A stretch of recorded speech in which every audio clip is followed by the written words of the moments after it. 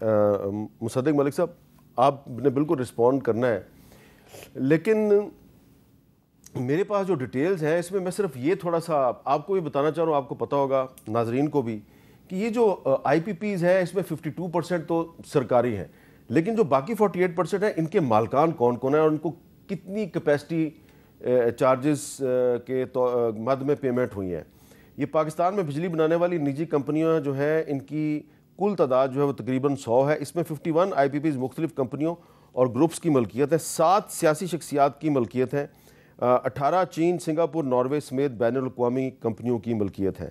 جو میاں منشا صاحب کا گروپ ہے وہ 4 آئی پی پیز کے مالک ہیں۔ ان آئی پی پیز میں اے ای ایس پرائیویٹ لمیٹڈ ہے، اے ای ایس پاک جنریشن پرائیویٹ لمیٹڈ، نشاط چونیا پاور پروجیکٹ، نشاط پاور پروجیکٹ ہے، اور ان 4 آئی پی پیز کو اب تک کیپیسٹی چارجز کے طور پہ 24 ارب روپے اس سے زیادہ ادا کیے جا چکے ہیں۔ عبدالرزاق داؤد صاحب جو پی ٹی آئی کی حکومت میں منسٹر تھے، ان کی بھی ایک کمپنی ہے، اور جو ان کی کمپنی ہے اس کو گزشتہ سال 4% بجلی اس نے پیدا کی اور اسے 6 ارب 88 کروڑ روپے کی کیپیسٹی چارجز کی مد میں ادا کیے گئے ہیں۔ ندیم بابر صاحب جن کا نام بار بار آ رہا ہے، وہ بھی اورینٹ پاور پروجیکٹ کے مالک ہیں، اور ایک اور گروپ کے ساتھ ان کی پارٹنرشپ بھی ہے، اور ان کو 5 ارب 80 لاکھ روپے کیپیسٹی چارجز کے طور پہ ادا کیے گئے ہیں۔ جہانگیر ترین صاحب کے 2 بجلی بنانے والے کارخانے ہیں، J D W sugar mill unit اور جے ڈی ڈبلیو یونٹ 3،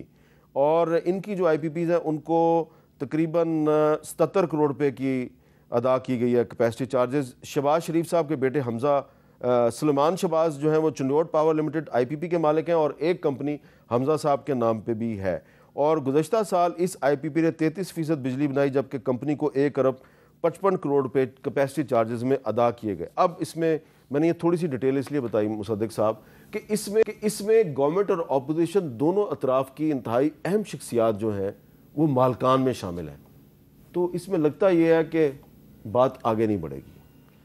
جی میرے خیال میں تو اس وقت ان تمام تجاویز پہ یعنی کوئی ایسا طریقہ کار ہو جس سے ہم کوئی ایسا کانٹریکٹ توڑیں نہیں جس کے بعد ہمیں اس کا نقصان اٹھانا پڑے۔ آپ کو یاد ہوگا اسی طرح ریکو ڈک کے معاملے میں $10 بلین کا ہمیں نقصان ہو گیا تھا۔ پھر ایک دفعہ پہلے وہ رینٹل پاور کے اندر بھی اس طرح کے مسائل پیدا ہو گئے تھے جہاں پہ ہم کچھ ایسے فیصلے کیے گئے جس کے نتائج۔ لیکن مصدق صاحب میں آپ کی بات کاٹ رہا ہوں، ہپکو کمپنی جو ہے اس وقت 0 یونٹ بجلی پیدا کر رہی ہے، لیکن اس کو اربوں روپے کروڑوں روپے دیے جا رہے ہیں۔ کیپکو اس وقت کچھ پیدا نہیں کر رہی، اس کو بھی پیسے دیے جا رہے ہیں، تو 0 یونٹ بجلی پیدا کرنے والی جو آئی پی پیز ہیں ان کو ہم کیوں اربوں روپے دے رہے ہیں؟ جی دیکھیے نا، آپ جب کسی کے ساتھ، پہلی بات تو یہ ہے کہ ہمارے ساتھ ہوتا کیا ہے، ہماری مسئلہ کیا ہے ہمارا۔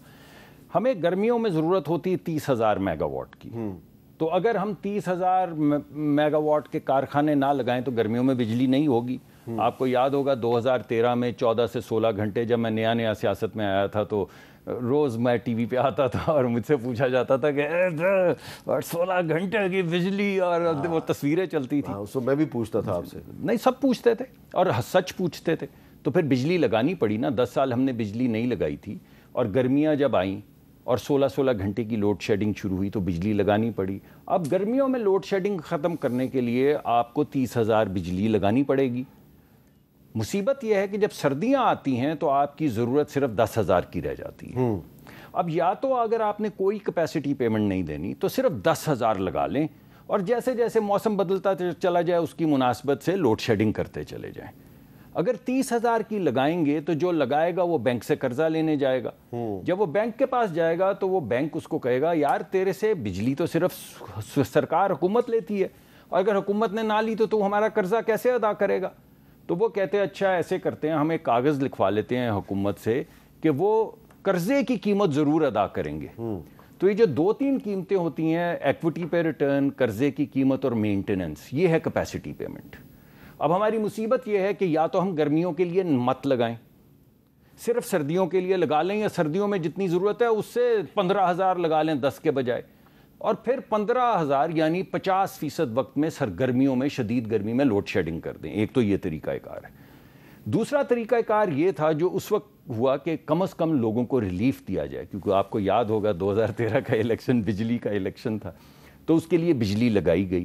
جب 10-15 سال بجلی نہ لگائی جائے اور پھر یکمشت لگائی جائے تو اس کی وجہ سے جو قرضے یکمشت ادا کرنے پڑتے ہیں، اسے کیپیسٹی بڑھ جاتی ہے. اب یہ قرضے اگلے 2-3-4 سال کے بعد، کیونکہ پہلے 10 سال میں ادا کیے جاتے ہیں، یہ ایک دم سے نیچے آ جائیں گے، اور جس کے نتیجے میں بجلی کی قیمت ایک دم سے نیچے آ جائے گی.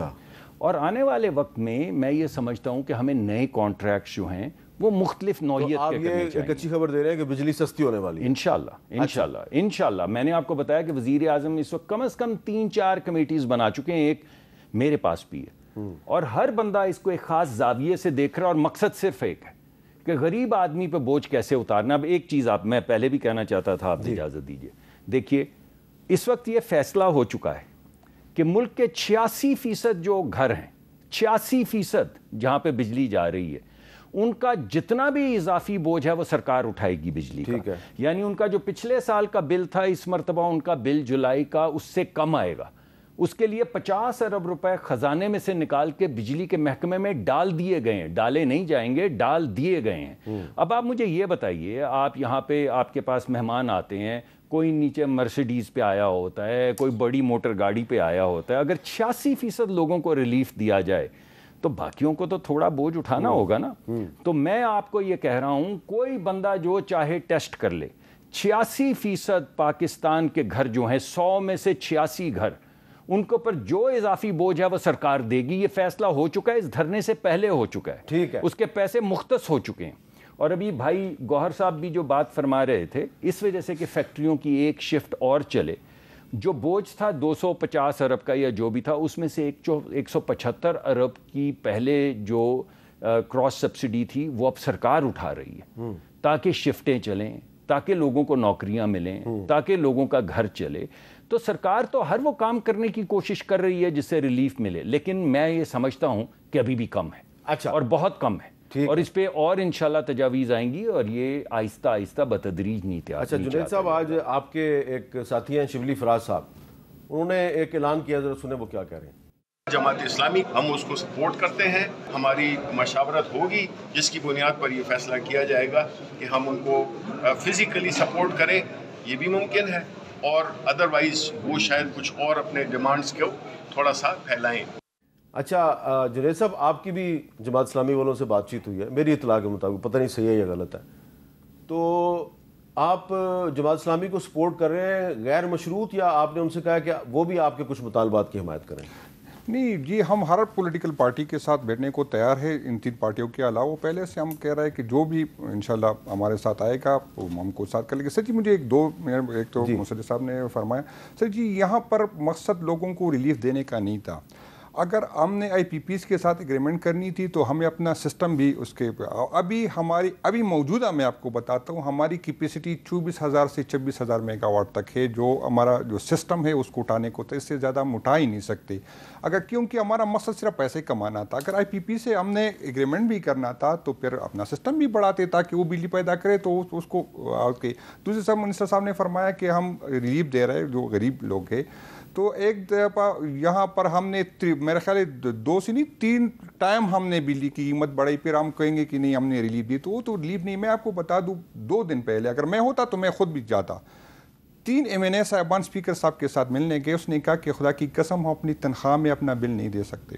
اب نے کہا لاجز میں ہماری منسٹر صاحب بیٹھے، یہ تو ہمیں کہتے ہیں ذرا میرے ناظرین کو یہ بتا دیں کہ MNA کی تنخواہ کتنی ہوتی ہے؟ MNA کی تنخواہ 1,22,000 روپے ہوتی ہے، اور 8,700 روپے پر TDA ہوتی ہے. اور اس کے علاوہ ہمارے اور بل کتنا آیا جی آپ کے ساتھیوں کا؟ کس کا؟ میں لاجز میں 3 دن رہا، میرا 37,000 پڑا تھا. ابھی جب میں آ رہا تھا 3 دن میں نے گزارے. اندازہ لگا لے جس کے ساتھ فیملی ہو جو خود رہے تو اندازہ لگا لے.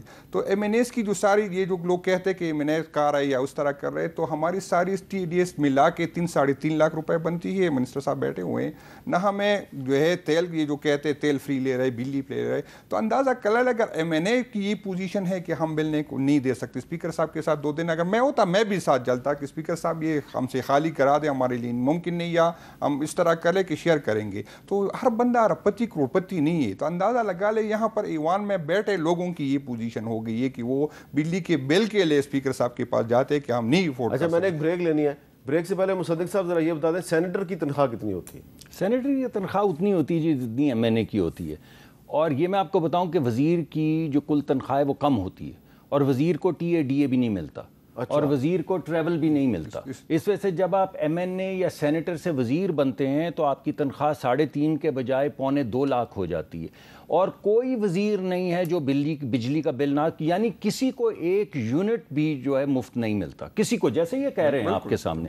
نہ ایم این اے کو ملتا ہے، نہ سینیٹر کو ملتا ہے، نہ وزیر کو ملتا ہے، نہ یہ آپ کے جو بڑے افسران گریڈ 21-22 جو آپ کو نظر آتے ہیں ان کو ملتا ہے. سب لوگ اپنا بجلی کا بل خود دیتے ہیں. لیکن جج صاحبان کو تو ملتا ہے. جج صاحبان کا میرے خیال میں ریلیف ہے، میرے خیال ہے، میں نے دیکھا نہیں ہے لیکن میرے خیال میں ہے. اور تمام ملک کی مناسبت سے سب ٹھیک ہونا چاہیے.